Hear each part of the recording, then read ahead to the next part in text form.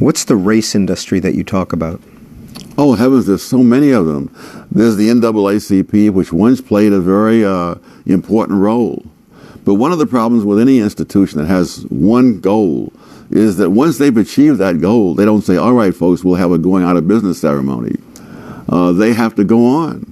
The EEOC, for example, when they're there to prevent discrimination. But as discrimination declines, they have to expand the definition of discrimination so that now if you don't want to hire people who have been in prison, they think that's discrimination. You write in Intellectuals in Race that the kind of society to which that can lead, when you talk about the race industry, et cetera, and emotion, is one in which a newborn baby enters the world supplied with prepackaged grievances against other babies born the same day. Yes. Yes. This idea that you can redress history, which we see in a specific context in this country, it's around the world. I mean, the Czechs, when they first formed Czechoslovakia after the First World War, one of the goals they had was to redress the injustices of the 17th century. You know, nobody from the 17th century was alive at the end of the First World War.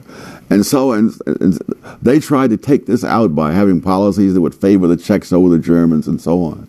And they set in motion a chain of events in which Czechs and Germans were both worse off than they had ever been before, and both were victims of tragedy, trying to undo what happened to people who are now long dead.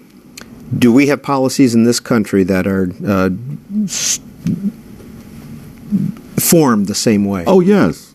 Yes, yeah, we're one of many affirmative action, the demand for reparations, and so on.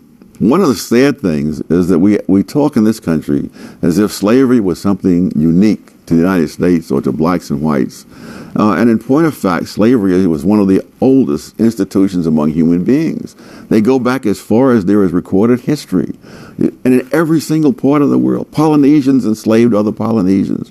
For most of history, people enslaved people who were the same race as themselves for the simple reason that they simply didn't have the resources to go to another continent and take people from another continent and move them en masse someplace else. But late in history, this is what happened in the United States and in the Western Hemisphere. Many things, much of the pathology of the black community today is said to be a legacy of slavery. The irony is, if you look at facts, for example, the breakdown of the family.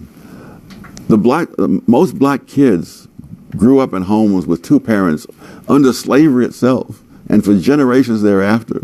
And as late as the 1960s, most black children grew up in two-parent homes. It's only when you start in with the massive Great Society, so-called, and other such things, that you see the family that had survived all of this for all this time now begin to disintegrate. From Intellectuals in Race, Dr. Thomas Sowell, there is other evidence that the black subculture has a negative effect on intellectual achievement.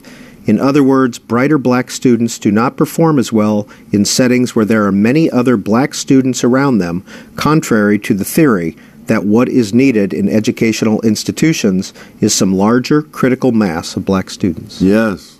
There are studies which I cite in there which show that. So it's not just my opinion of the whole thing.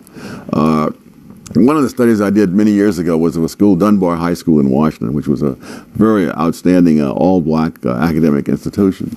And over the years, from 1892 to 1954, something like, I forget the number now, 34, I think it was, graduates of Dunbar High School went to Amherst College.